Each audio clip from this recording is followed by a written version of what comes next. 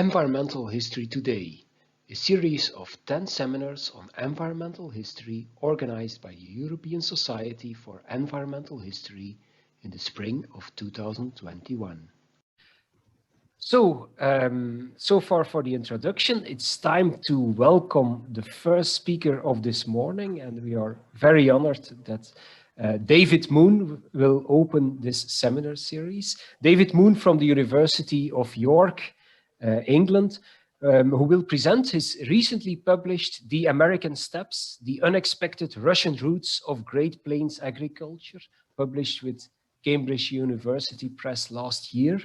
And David Moon, you all know him as a prominent expert of Russian history. You have read some of his work on the Russian peasantry, the recent The Plough That Broke the Steppes, for instance, on agriculture and environment, on Russia's grasslands. But today he will take us on a transnational history of the Great Plains agriculture in the United States. David, you have the floor. Great, thanks Tim, thanks for the introduction, thanks to the ESEH for organising the seminar and allowing me to go first. I think I was just too keen in agreeing to take the first time. I'm also looking forward to Tomasz and Anastasia's paper. I'm a great admirer of their work on Białowieża. I'm now going to share my screen, so. Okay, this is my book that came out in the Cambridge University Press Studies in Environment and History series this time last year. Its appearance, I think, was slightly overshadowed by other global developments, so I'm delighted to have the opportunity to present it to this ESEH seminar.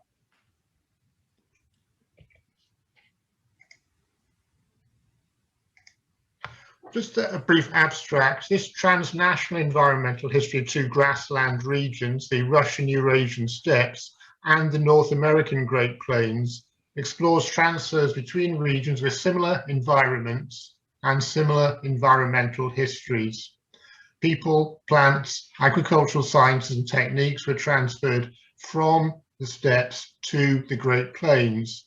So perhaps unexpectedly to some people in the Western world, Americans learned from prior experience in the Russian and Soviet states. So my book seeks to explain how and why this happens. And I go from very local micro history and make some much broader comments on a much broader macro longer term contexts. Very briefly on historiography, this follows on directly from my last book, The Plough That Broke the Steppes, Agriculture and Environment on Russia's Grasslands. This book concerns how scientists in Russia came to understand the steppe environment as it was brought under Russian control, settled by farmers, ploughed up, and how they tried to deal with environmental change and make moves towards more sustainable agriculture with very mixed results. My new book also contributes a transnational perspective to the vast literature on the environmental history of the Great Plains. We're all familiar with the work of Don Worcester, Jeff Kunther and his debate with Worcester's approach. And I would look back to earlier works by James Malin going back to the 1940s, who was a pioneer of ecological history in Kansas. My book also complements other works on transnational exchanges between regions with similar environments in different parts of the world. So Ian Tyrrell on Californian Australian exchanges, Eduard Melillo on Chile-Californian connections and exchanges. In the book, I can't talk about it today because there's not enough time, I locate my study of Eurasian North American exchanges in the wider context of the Columbian exchange and the longer term global expansion of grain cultivation from the Fertile Crescent to Southwest Asia. So wheat made its way all the way from the Fertile Crescent to Kansas by the mid-19th century. Very briefly on methodology, I've spent longer than I care to remember engaging in extensive research in central and regional archives and printed sources in the United States, Russia, Ukraine and Kazakhstan. For the past 2 years, I was a visiting professor at Nazarbayev University in Kazakhstan and had the opportunity to work in Kazakh archives. Field work, I've also explored both regions, meeting with historians, agricultural forestry scientists, farmers, museum staff, local inhabitants, gave a series of talks to small specialized academic seminars, and also public lectures to much larger groups of local populations. So I gauged responses to my research in all the countries I was writing about. I also visited Canada, from Canada to Kazakhstan. Here are our two regions. I treat these as active, if unconscious, players in our story, not as passive backdrops. So the environments of our two regions played a role in the unfolding story of transfers, and we're all familiar with debates about anthropogenic and autogenic environmental change. When I do this talk talks on this topic in the two regions concerned, we play a guessing game, which is which. One of these is northern Kazakhstan, one of these is West Texas. I'll leave it to you if you want to guess which is which. The two regions share similar environments. In large parts, there's fertile soil, so very attractive to arable farmers, to settlers moving in. The climate is continental, hot summers, cold winters, semi-arid, not much rain if you're planning to grow crops. Recurring droughts, big problem, and windy, it's very flat. For the most part, the steppe climate is more extreme than the Great Plains. In my two photographs, northern Kazakhstan and West Texas are at the two extremes. In both our regions, Euro-American farmers who grew crops displaced indigenous peoples who hunted and herded animals, steppe nomads, plains Indians. Obviously, Euro-American farmers also kept some livestock. Indigenous peoples also grew some crops, but the balance was crops versus livestock versus animals. Most of the settler farmers, both our regions, steppes and Great Plains, came from wetter, forested, milder environments and had to adapt to unfamiliar conditions. On outside settlements by migrant farmers, this began in the steppes from the 18th century, in the Great Plains from the mid-19th century. The time gap, of course, is important. Here, just briefly on the transfers, I'll talk more about these in the main part of the presentation. People, migrants, these included Germanic farmers, for example, a Protestant sect, the Mennonites. Why were Germanic farmers living on the Russian steppes? Catherine the Great invited settlers from all over Europe to settle the Russian steppes after she conquered and annexed it to the Russian Empire to displace nomadic peoples. So we have significant groups of Germanic peoples on the Russian steppes. Some of their descendants were deported to Kazakhstan during the 1940s, where some still live. Unlike other settler farmers in the Great Plains, these Germanic farmers who moved from the steppes had experience of similar environments, so they did not have to adapt. They knew how to farm the land. Crops, another transfer. In the book, there are many examples. The main one in the book, and the sole one I'll give in today's presentation, is hard red winter wheat, known as Krimka in the steppes, Turkey red in North America. Soil science, the science which names the fertile soil of our regions as Chernozem, black earth. Agricultural techniques, the technique of planting shelter belts of trees to shelter land from the wind to protect it against wind erosion and drying out. In the book, before I turn to the transfers, I talk about barriers impeding transfers and bridges facilitating them. Barriers. At the turn of the 20th century, the Russian Empire and the United States were the main competitors in the world grain market. Why would they risk a competitive example by sharing expertise and experience? The language barrier. Most Americans did not know the Russian language and could not read Russian scientific publications and were suspicious of Tsarist Russia and the Communist Soviet Union.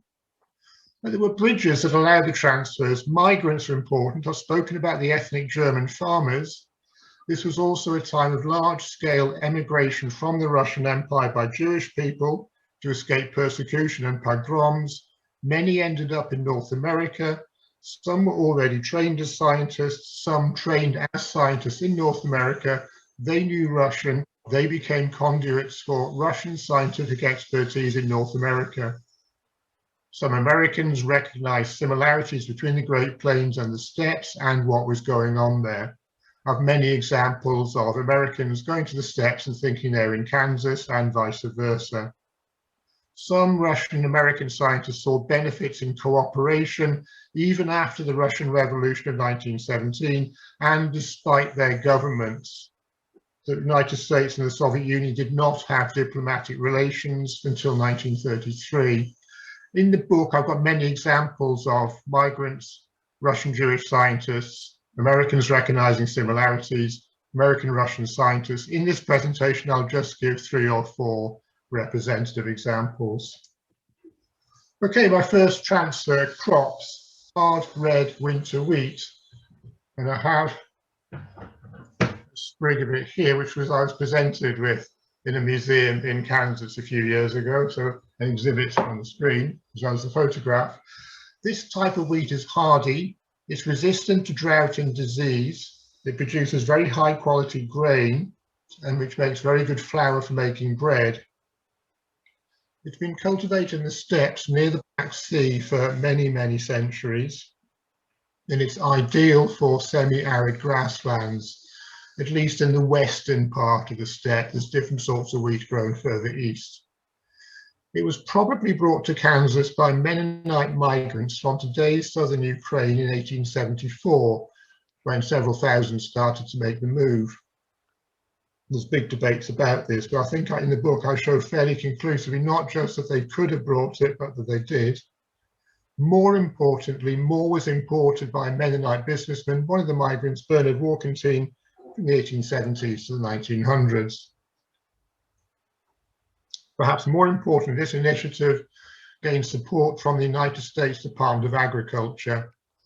In Kansas, during the drought of the 1890s, an American government scientist, Mark Carleton, noted that the Mennonites' wheat was doing well when different types of wheat grown by other farmers was doing badly.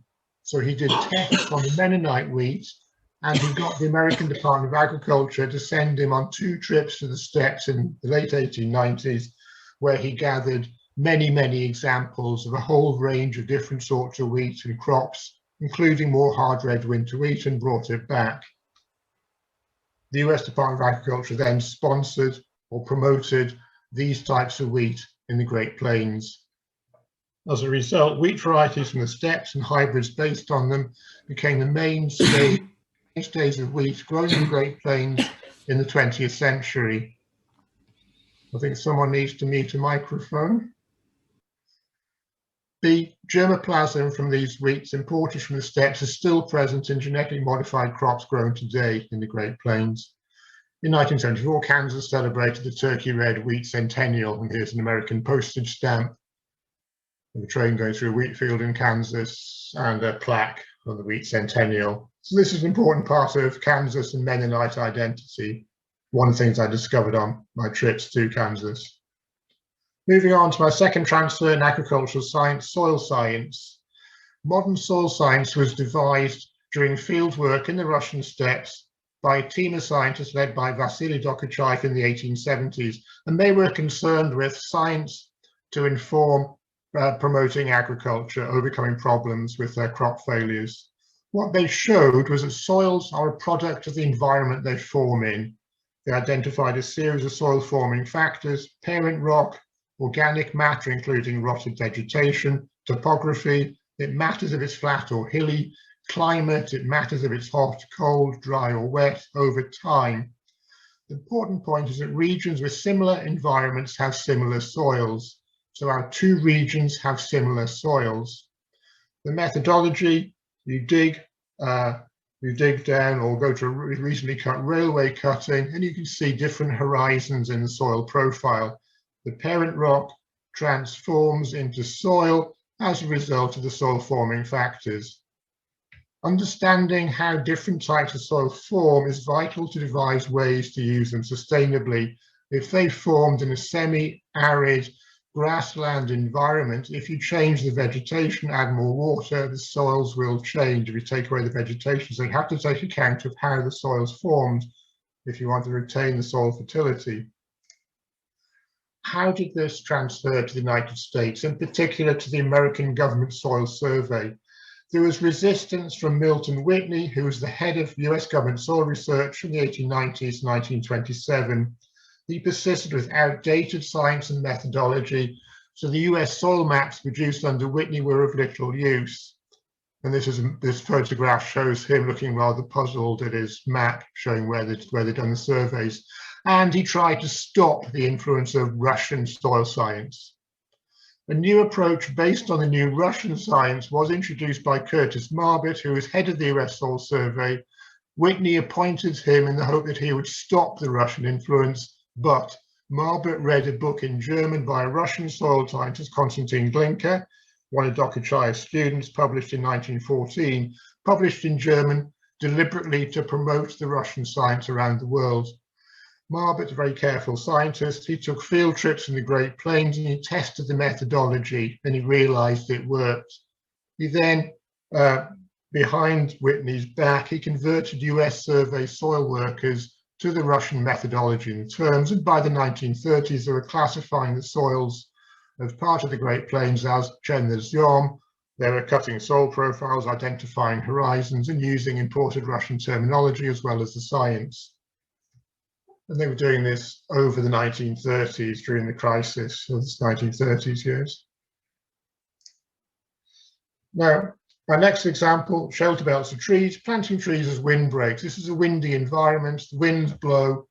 If there's nothing to block the winds, they will dry out the soil and cause it to blow away in dust storms. And both regions, before they ploughed them up, experienced large-scale dust storms. Planting trees, there was experience of this from the early 19th century in the steppes, including the Mennonite farmers and some other landowners. There was Russian research in steppe forestry, something Anastasia Fedotova knows a great deal about from the early 19th century. There was limited experience and research in the Great Plains, but there was a growing awareness that this was a possible thing to do. In 1934, during the Dust Bowl, the US Forestry Department convinced President Roosevelt to plant shelter belts of trees across the Great Plains as a solution, and they based their advice on Russian Soviet experience. They told him, although they tried to deny this later, that the Russians had shown that if you planted shelter belts of trees, it would change the climate of the region. This is not true. It affects microclimates. The initiative was led by an American forester of Russian Jewish origin, Raphael Zorn. And here we have a picture of Zorn with the shelter belt zone. He exaggerated the effects. It worked politically. They didn't get their funding wasn't cut, but there is some use to shelter belts. There was some value to this. Not all the transfers were beneficial to humans, beneficial in scare quotes. Accidentally in the 1870s, one group of migrants from the steppes in a sack of flax seed accidentally brought tumbleweed. This is a harmful invasive species. As you can see, a recent photograph on the left of what happens if the tumbleweed gets out of hand, which it does in dry years. It causes all sorts of problems. It would take too long to explain here. Paradoxically, it's also become an icon of the American West. And here we have a photograph of Roy Rogers and the Sons of the Pioneers singing their song, Tumbling Tumbleweeds. I've explored tumbleweed in both regions. You can't avoid it in the Great Plains. You have to hunt around to find it in the steppes, and causes some amusement among people when you say you're looking for it. So, conclusion. Human choices to convert pastures for animals to fields for crops in similar environments of the Eurasian steppe and North American Great Plains. This took place first in the harsher climate of the steppes, so there was prior experience to Americans to learn from and opportunity to do so when they chose to do this. Because the climate was harsher in the steppes, it meant anything that worked there could cope with the most extreme fluctuations in the Great Plains. This meant the transfers would have been harder if they'd gone the other way around. In both regions, settler support from governments displaced indigenous peoples and largely disregarded indigenous knowledge. So it may seem surprising the Americans learned from the Russians, but they chose to do this rather than drawing on the indigenous knowledge of Native Americans who'd lived, including cultivating the Great Plains for many centuries before. Okay, my final slide. Every time I speak to a new audience in the regions, I add thank you in their language. So English, Russian, Ukrainian, Mennonite, Low German, Kazakh, and Yiddish, because they're American Jewish scientists. Okay, thanks very much. Thank you very much, David. I would add then dank u wel in my language. So this is a great comparison and a great, really transnational history, which hopefully will raise also quite some questions. But keep them for a moment, and we will now move or stay in the Eurasian continent to the second book presentation, which takes us to Białowieża primeval forest. And this forest, it's this year as well, it continues to be in the attention because it's one of the most contested forests in Europe, I think. And last year, Springer published one of the first truly, well, at least in English language, histories of Białowieża primeval forest in the long 19th century. And it was published by 4 authors, which in itself was a really transnational project. The book will be presented in a moment by Tomasz Samojlik he is an environmental historian working at the Population Ecology Unit of the Mammal Research Institute in Białowieża. But he has written this book with 3 co-authors, and I think most of them are present here as well. Anastasia Fedotova from St. Petersburg Institute of the History of Science and Technology, Ian Rotherham from Sheffield, and Piotr Daskiewicz, biologist at the Institute for the History of Science, Polish Academy of Science, who I think is also in the audience. Tomasz, you have the floor. Thank you very much. I'm sharing my screen. Right. Excellent. So first of all, let me thank my co-authors, Anastasia and Piotr are here. I don't know if Ian joined, but the book would not be possible without them. They did the hard work and I only get the splendor of the book. So we moved from steppes to forested areas, in this case, Białowieża primeval forest. And the aim of the book that we have published almost a year ago was to have a voice in the discussion on the future of Białowieża and primeval forest. Because in this discussion, one historical argument is very often repeated, and it's the argument that Białowieża primeval forest was put under modern forestry management already in the 19th century. Therefore, it's justified to introduce equally heavy forest management nowadays. In this book, we used historical archives, published sources, maps, and works of art with the aim to collect all possible information about Białowieża primeval forests in the so-called long 19th century, which in our case was the period from the year 1795, the third partition of Poland, and the moment when Białowieża forest fell under Russian rule, until the outbreak of the First World War in the region of Białowieża forest, the year 1915. And we attempted at showing the overall anthropogenic impact on the forest, but also equally important topic of the book was to show the significance of the forest, the cultural significance of the forest in this period. And the book illustrates overall how long and complicated was the process of recognizing the Białowieża primeval forest as the best preserved forest of European lowlands. The book is divided in 9 chapters, and the main part is the part where we describe the historical background of what was happening with the forest, and we divided those chapters into periods not centered around huge historical events, but rather we centered them around periods of different management strategies concerning the forest.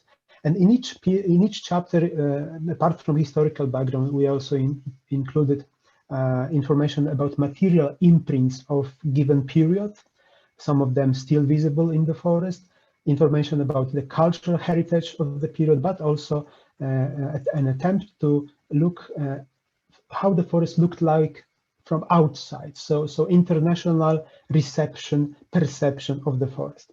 So nowadays, Białowieża primeval forest is undoubtedly considered an ecological, biological, cultural phenomenon, because the vegetation of Białowieża forest has a continuous history reaching back to the last glaciation. So it's, I think, justified to say that it continues for the last 12,000 years without any break.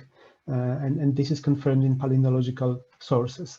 It survived until today with a huge variety of animal, plant species, forest environments, abundance of dead wood and decaying trees, but also, and maybe above all, ecological processes that were never destroyed or changed by man.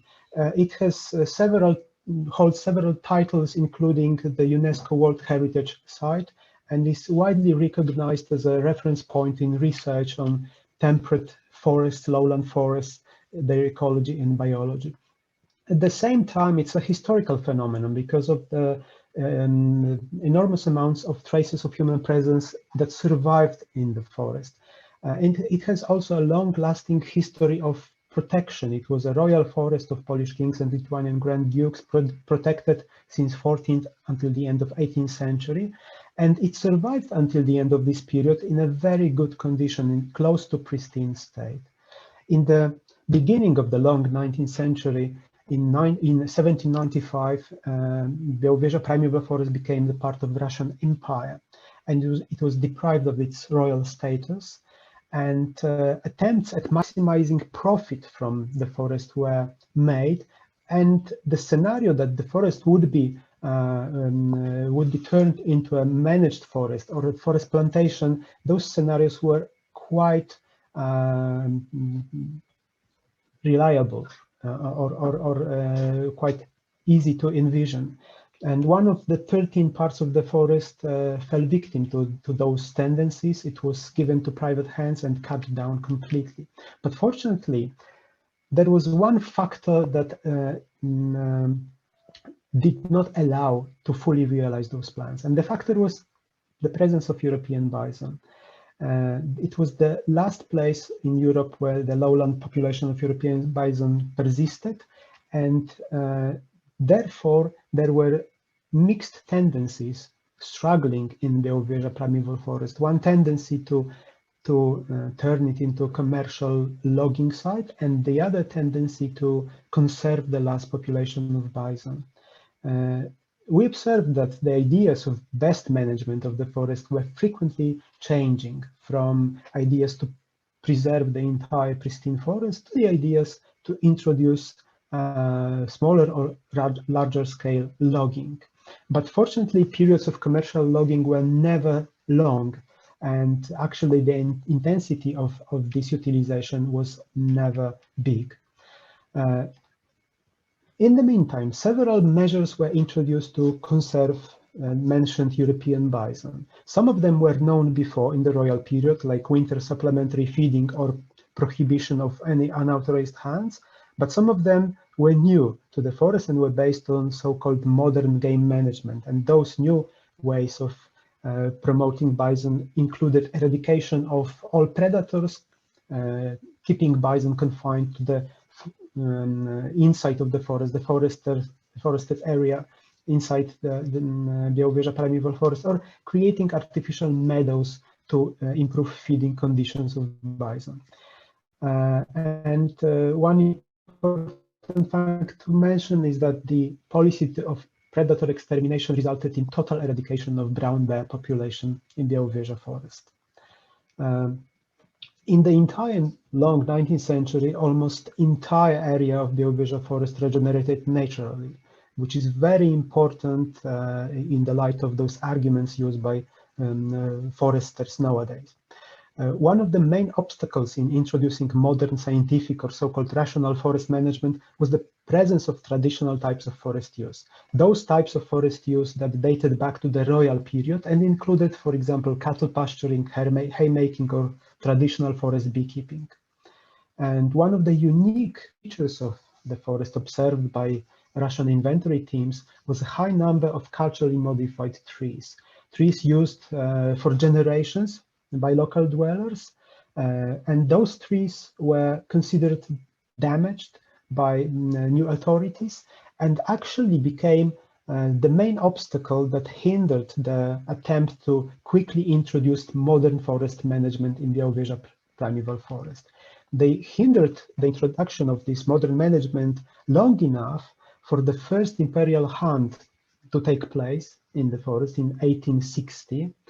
And this hunt was crucial because it began the gradual change in the management towards the creation of imperial hunting ground. Several measures of rational game management were introduced after this first royal hunt, imperial hunt, like reintroduction of red deer that went extinct already in the 17th century, introduction of fallow deer, and several attempts at refreshing the blood of, for example, roe deer population in the forest. All other activities, including commercial logging, were pushed back. In 1888, the entire forest was turned into Tsar's private hunting ground to secure better protection of European bison. And after that event, the main goal of forest management was to enrich the hunting potential of the forest, not to gain income from logging. There was one very important, unfortunately missing nowadays, symbol of this period and this goal, which was the Imperial Palace designed by Rochefort, that was built in Białowieża, but along with several different administrative buildings, the Palace Park, which persists until today, roads, railway, and other infrastructure that enabled royal family, imperial family, to quite often visit Białowieża and hunt and enjoying staying there in the private Tsar's hunting ground. Additionally, in this period, or actually in the entire second half of the 19th century, an entire wave of botanists, zoologists, forestry scientists, veterinarians came to Białowieża or passed through Białowieża forest and produced several milestone works on different aspects of natural values of the forest. During this entire period, the administration of Białowieża primeval forest attempted to limit those mentioned traditional forest uses by local communities. Most of them were considered outdated and harmful for rational forestry. That was, of course, aiming at maximizing income from logging, from production of timber. So cattle pasturing, chopping resinous pieces of wood from pine trunks, traditional beekeeping, stripping lime bark, all of those traditional generations-long forest uses were considered harmful. But despite all efforts by administration of the forest, the local peasants resisted all those attempts or those directives. They protested, sabotaged, or violated the orders, and therefore the majority of those uses persisted until the 20th century. The only traditional activity that has not survived was traditional forest beekeeping. Actually, it survived, but in a different form. It evolved into more modern apiaries that, of course, are present in the area nowadays. Well, the forest, its natural features, including the presence of bison, the enormous amount of deadwood that everyone observed in the forest, lack of visible human intervention in terms of clear cuts, large area clear cuts that were characteristic for almost all European forests. And also the presence of local inhabitants with their traditional clothing, language, and knowledge about forest uses. All of that became the source of inspiration for numerous works of art in the long 19th century. And those works of art include paintings, drawings, sketches, sometimes photographs, but also works of literature, like novels, memoirs, and huge amount of popular articles published in different languages throughout Europe. And thanks to that interest from artists and also novelists and also journalists, Białowieża gained the fame of the last natural, pristine, primeval forest of Europe, which was important because although Białowieża forest has survived this process of modernization that was completed for most of Europe in the 19th century, and although Białowieża forest was an exception from this pan-European tendency, there was a time when everything was looking very dire. The beginning of World War I was the period of rapid exploitation of forest resources by German forces, and it was the first such period in the entire history of the forest. So although until the end of 19th century, all attempts to introduce rational modern forest management to Białowieża failed, there was this danger of destroying Białowieża completely. But fortunately, there was a glimmer of hope on this backdrop of overexploitation, and this glimmer of hope was this knowledge, this pan-European perception of forest, of Białowieża forest as primeval, pristine, and as a home to European bison. And Hugo Convent's efforts during First World War, his efforts to preserve at least part of the forest, was an example of impact of this perception of the forest.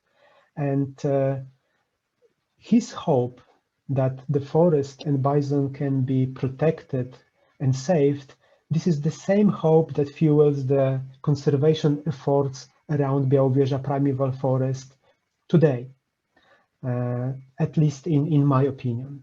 So thank you very much for attention. I need to mention that this book was, the preparation of the book was possible thanks to the funds of Mammal Research Institute, so the institute where I'm employed, but also we have used the funds from a scientific project grant that is financed by National Science Center in Poland.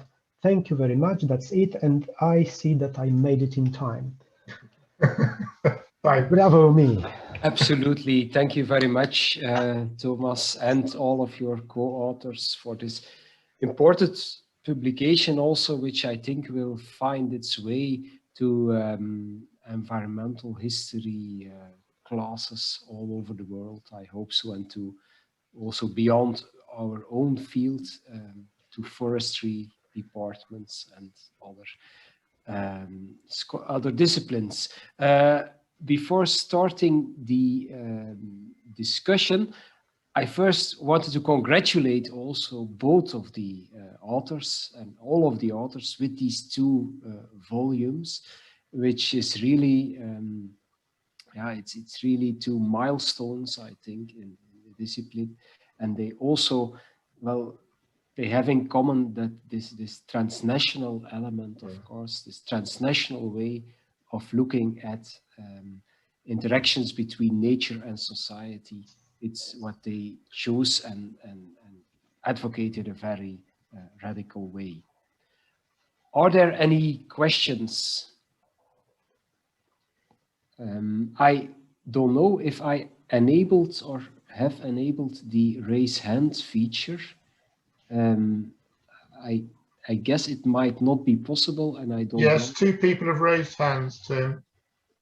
I do not see it for the moment. I think if you the gallery. Yes, I see it now. I see it. Thank you. I see Hanne Cotin first on my list. Well, first of all, thanks a lot to the speakers and yeah, these book presentations, really fascinating stuff. I have two questions. One related to yeah, each book. Maybe the first one might relate to both, but I was really interested in what David Moon mentioned about approaching these grassland landscapes as not as passive backgrounds, but as active players in history. So I was just interested to hear a bit more how you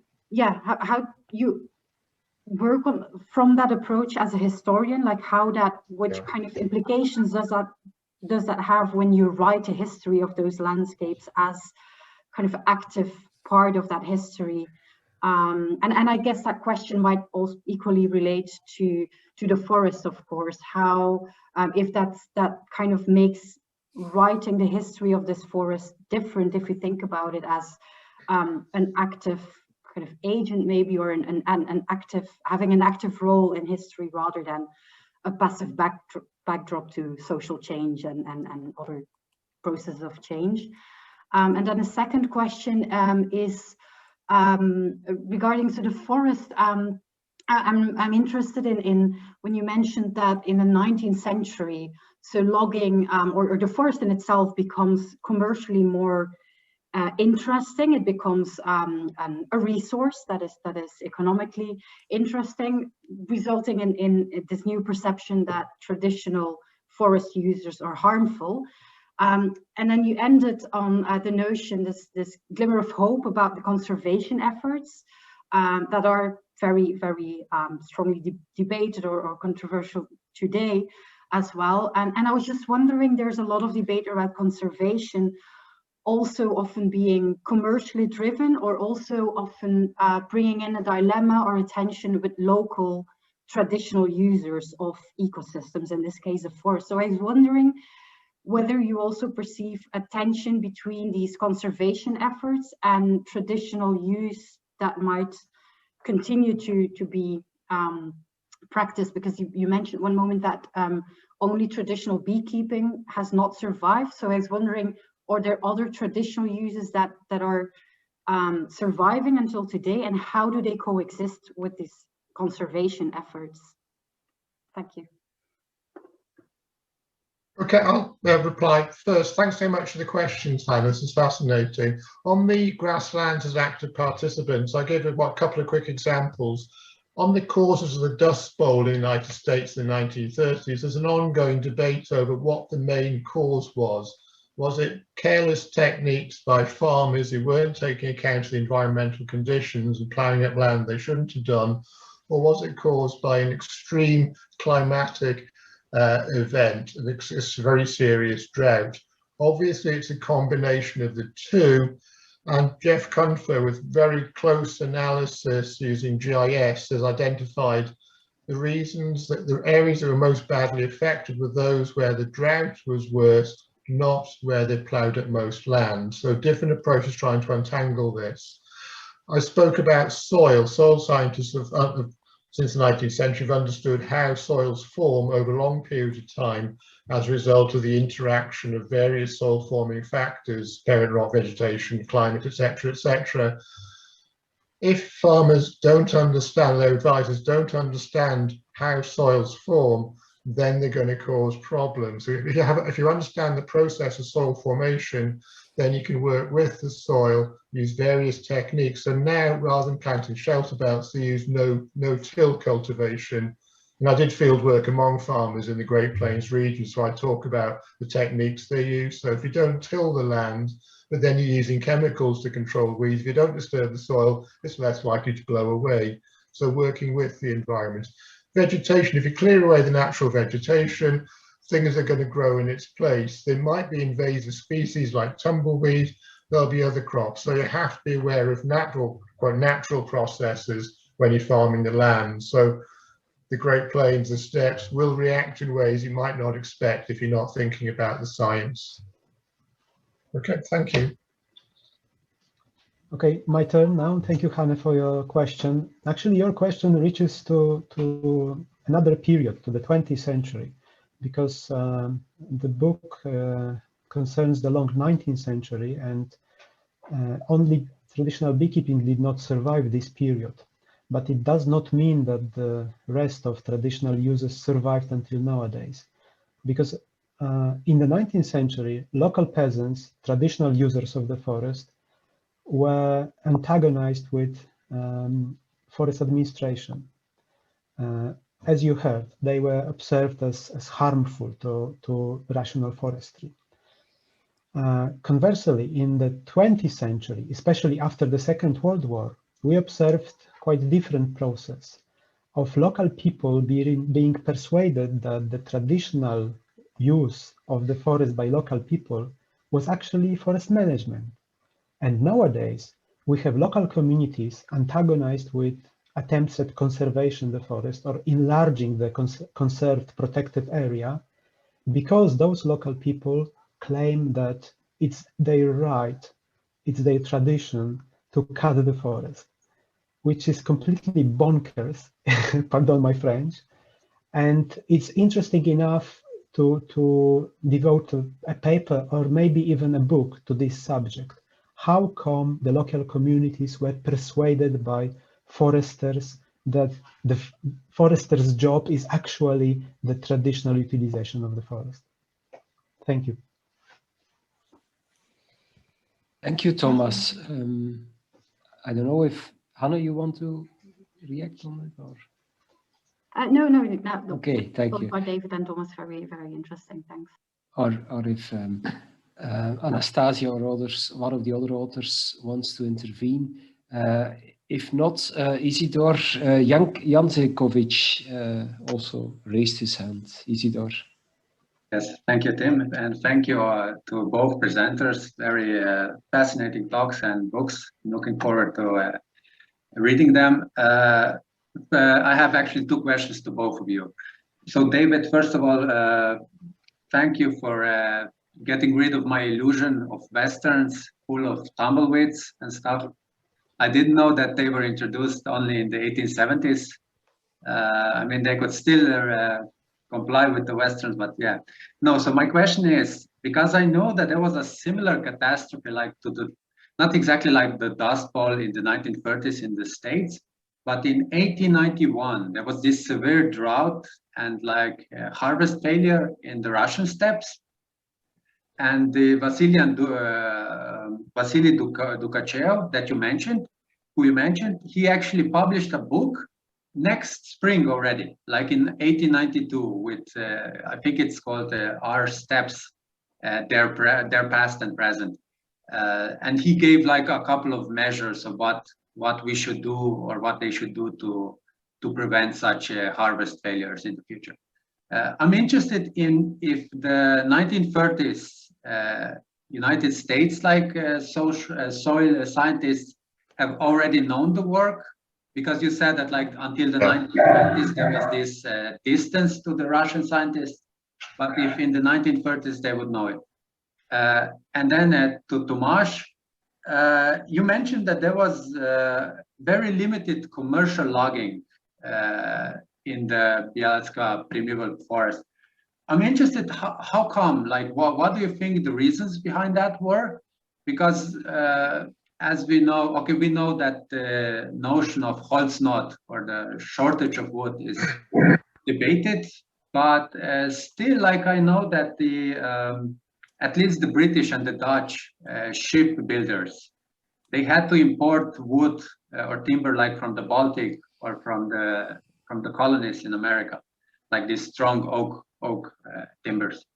And I was wondering, like, how come they didn't try? Because if I imagine primeval forest has had big, strong oaks. Yeah, thank you. Thanks so much, Isidore. Thanks so much for the question. Yeah, I didn't find out the tumbleweeds came from Russia. It's well known, but every time I mentioned it, people have forgotten or don't know.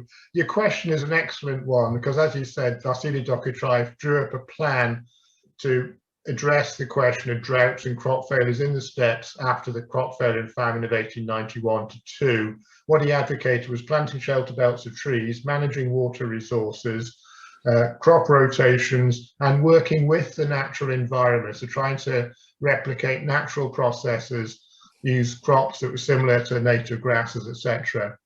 In 1937, the US House of Representatives came up with a plan called the Future of the Great Plains, and they were making similar points. And we already had the Shelter Belt Project, we're already talking about contour ploughing, ploughing with the contours. The American scientists knew about Dokuchayev's work indirectly through the work of other soil scientists. What I've not been able to show is that they'd read Dokuchayev's Our Steppes, even though it was translated into English for the Chicago Fair of 1893. The influences have come through. These are wider issues in debates about agricultural techniques, but I can't show a direct connection between them, although I have tried very hard. But you can see the influences coming through. So they're coming up with similar solutions. Okay, thank you. Thank you. Anastasia, would you like to answer Isidore's question? As for lodging, one of the main lack of the Białowieża forest was not just bison, but also the rivers. There were no good big river near Białowieża forest, and for this reason, transportation of food before the era of railways was so expensive that it kept Białowieża forest till the end of 19th century, and then it became Tsar hunting ground. And you could easily understand that Tsar entertainment is much more precious than any wood. So in my opinion, there were two factors, not just bison, but also no good way, no big markets and no big rivers near Białowieża. So there was some attempts to sell wood, but the transportation was so expensive that even Russian Navy could not afford it. Yes, you will find many stories in our book. For example, there were several hundreds of trees logged, but never transported outside of the forest because of the lack of the means of transportation. And it's not a coincidence that it was only the Germans in the 1915 that started this heavy logging, because when they came and occupied the area, the first thing they did was to build a network of railways, cutting the forest. And this was the first period that the actual transportation of this huge timber was possible. Thank you. Okay, thank you very much. There are two questions on the chat. I will very quickly from Rafael Soares to Tomasz and his colleagues. Beer population and its extinction in the 19th century, how well can you document, or how precise can you document this, and which kind of archives and sources do you have on animal extinction in the 19th century? Again, Anastasia, I will let you. So it very well documented because a bear is a big game, of course, and every, especially in the second half of the 19th century, every episode of bear hunt was documented. And the last one was killed 1976. 70s in general. But there were also at least twice something like a bear food track mentioned, seen in the forest, but just they did not catch the bear, they didn't manage to kill them. But so they pay great attention to exterminating of big predators. So they almost totally exterminated lynx and wolves and totally exterminated brown bear. And even by now, brown bear just temporarily enter Białowieża forest, and all local zoologists are so happy when when brown bear come into the forest, it's a lot of discussion and so on. So local zoologist hopes that brown bear will live in Białowieża forest again. To add to that, let me just say that Anastasia have searched archives in Russia and Belarus, and she has seen and read thousands of documents. And Białowieża forest, fortunately, is very well documented, at least in the second half of the 19th century, including the annual counts of animals. Of course, European bison was the most precious species that was very carefully looked after, but also accounts of predator killings are present in the archives. Therefore, it was able for us to track the moment when brown bear population was eradicated in the forest. Okay, thank you very much. Then we have a question by Tsiga Switter. Tsiga, perhaps you can ask it yourself on the artistic representation, if you don't mind. So thank you for both presentations. And Tomasz, you mentioned that local knowledge was actually a source of inspiration for artists. And I wonder which kinds of knowledge actually inspire the artists. So what is actually mainly the knowledge-based practices and their landscape legacies, such as pollard trees, or the traditional ecological knowledge inspire the artists in another way? Thank you. Well, actually, there are no pollarded trees in the Białowieża forest, which seems very strange, but it's understandable when you look at the actual traditional utilization of the forest. Pollarding trees was never important because of the abundance of material and other uses. Well, it's actually, your question is the direct topic of our next scientific project that we are leading now, the project about the perception of primeval forest. And it's all about the perception, because both this dead wood, decaying wood present everywhere in the Białowieża forest, and all different traces of past anthropogenic activities, like, for example, trees with beehives. Hundreds of trees with beehives located high above the ground, trees with pieces of trunk chopped off, barrows, forest roads, local crafts, for example, creating baskets and nets and all other objects from bark, lime bark. Or, for example, the local knowledge about different types of habitats. All of this became an inspiration for artists, maybe not directly artists describing how the forest was utilized, but rather building the perception of this primeval, forgotten by time forest that actually has built up to create the notion of the forest that needs protection and conservation, and help to conserve the bison population in the beginning of 20th century. As you remember, in 1919, the last bison was killed in the forest, and probably it would just be another species eradicated by man on the list. But no, entire coalition of scientists, artists, and decision makers gathered around this species and rallied and actually succeeded in bringing back the bison to the forest 10 years after, all based on several zoos or private hunting grounds that had bison from Białowieża forest.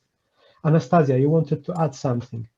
Yeah, I would like to share that like 3 weeks ago, I found an article in newspaper that describe some memoirs, not memoirs, just some notes of an artist who just came from Białowieża forest. It was 1906. He spent there a few weeks, and he had an assistant, a local guy, And for the first day, this local guy was quite skeptical. Okay, I took you to this place, then I take you to this place. And after a few days, this local guy, peasant boy, understand what actually this painter wants. And he started to show, tell, I saw a nice old tree, so I know the place. Probably we could go to this place and you would have a good view to paint your paints. So, this artist bring a lot of sketches and then sell a lot of painting in St. Petersburg, and even publish a small newspaper piece. Thank you. I will now pass the floor to Marco Arniero for perhaps the last question of this session, because our time is running out. Oh, okay, I will thank to team Paula, Ruth, and the Council of Regional Representatives, because you have built a fantastic opportunity for us to get together, especially during these times. And I'm very grateful on behalf of the whole ESEH. Well, two questions, one for David and one for Tomasz, Anastasia,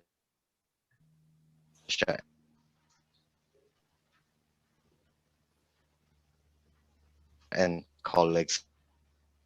For David, I would like to know something more about migrants, because you have talked a lot about the circulation, and I was wondering, can you also say bottom up or whatever, the circulation of migrants, in which way they have also contributed to this transnational history? And for Tomasz, Anastasia, and colleagues, I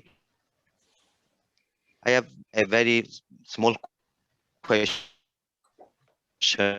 in a sense. Do you know, or can you say something about the impact, the ecological impact, knowledge and local forestry on the actual ecology of the forest? Would you say that these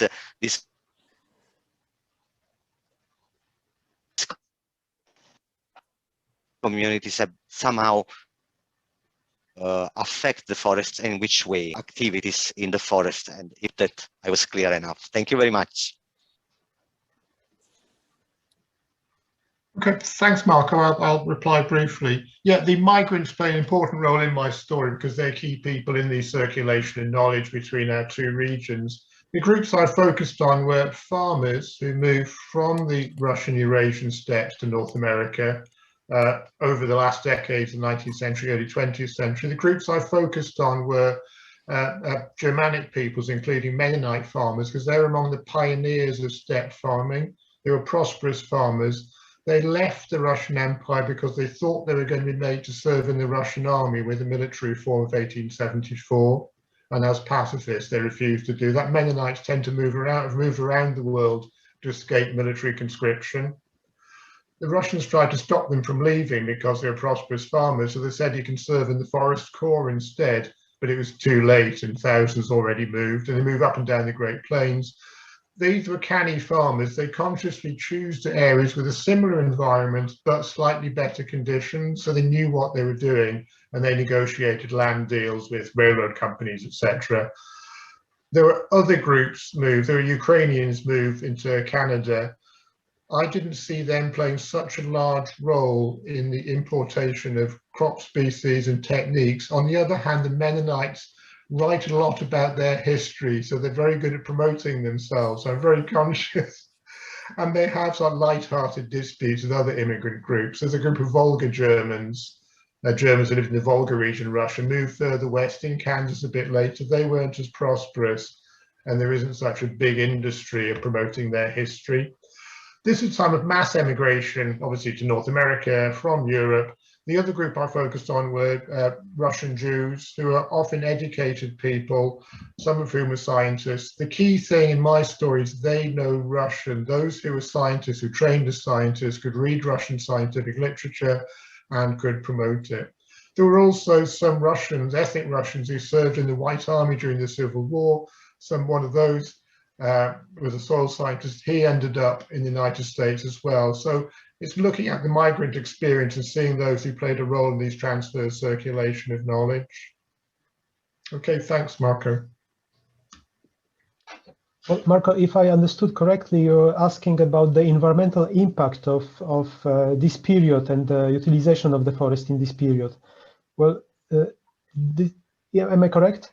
Well, yes, especially the local. You spoke about this local communities, you know, and local knowledge. I was asking if you see any. Okay. Yes, absolutely. Well, you can find plenty of examples of such impact in our book, and I will not go through all of them. I'll just give you two examples.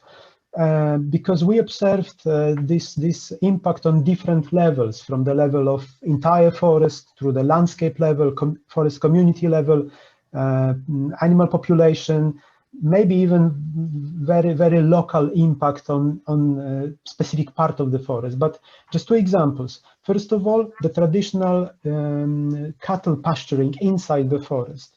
That was very widely criticized and often described as completely damaging the forest in its entirety. What we have discovered is that, in fact, this activity was very limited in spatial scale, and it occurred only on the border of the forest near villages. Of course, obviously, this part of the forest that was frequented by especially cattle was devoid of fresh vegetation and to some extent destroyed. But this process of destruction of the forest was equalized or limited by the administrative decision to move the cattle pasturing areas very frequently.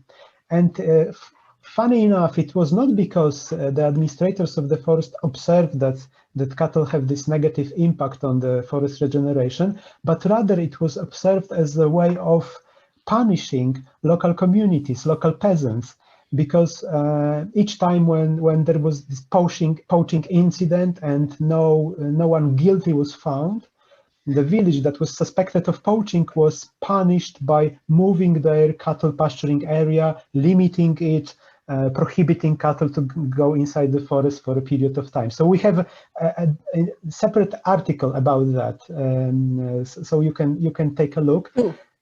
Actually, too, yeah, right. And have a go. Okay, so just quickly, the other example is on the level of single trees. I mentioned those culturally modified trees, which is extremely interesting topic in itself. But just imagine you have 90 or even more than 90,000 trees that were registered in the 19th century, trees with traces of past human activities, and those trees were treated as damaged timber. And the administration took a lot of effort to get rid of those trees in the first place, and then try to organize this rational forestry logging and etc. And it was such a huge problem that they were not able to get rid of those trees for several decades, not even years. And this is why I mentioned that it was fortunate enough for the Tsar to come in 1860 to see the potential of the forest being a hunting ground. And in some part, it was all thanks to those culturally modified trees, which were an effect of local traditional utilization of the forest. Well, thank you. Thank you, Thomas, and all. Thanks to all participants for being with us today, and congratulations again to the authors of the volumes, which I hope will find their way to a broad international audience, and I'm sure they will. Just a final words to invite you all to our next seminar on the 8th of April, 5 p.m., a bit later, to attract also people from the Americas in the audience, on Portuguese environmental history with 4 presenters, 4 short presentation and discussion. It was a pleasure for me to host you today, and also thanks to the colleagues from the boards, and it's especially Ruth Morgan and Paula Shona, who compiled the program with me. And well, have a nice day, I would say. It's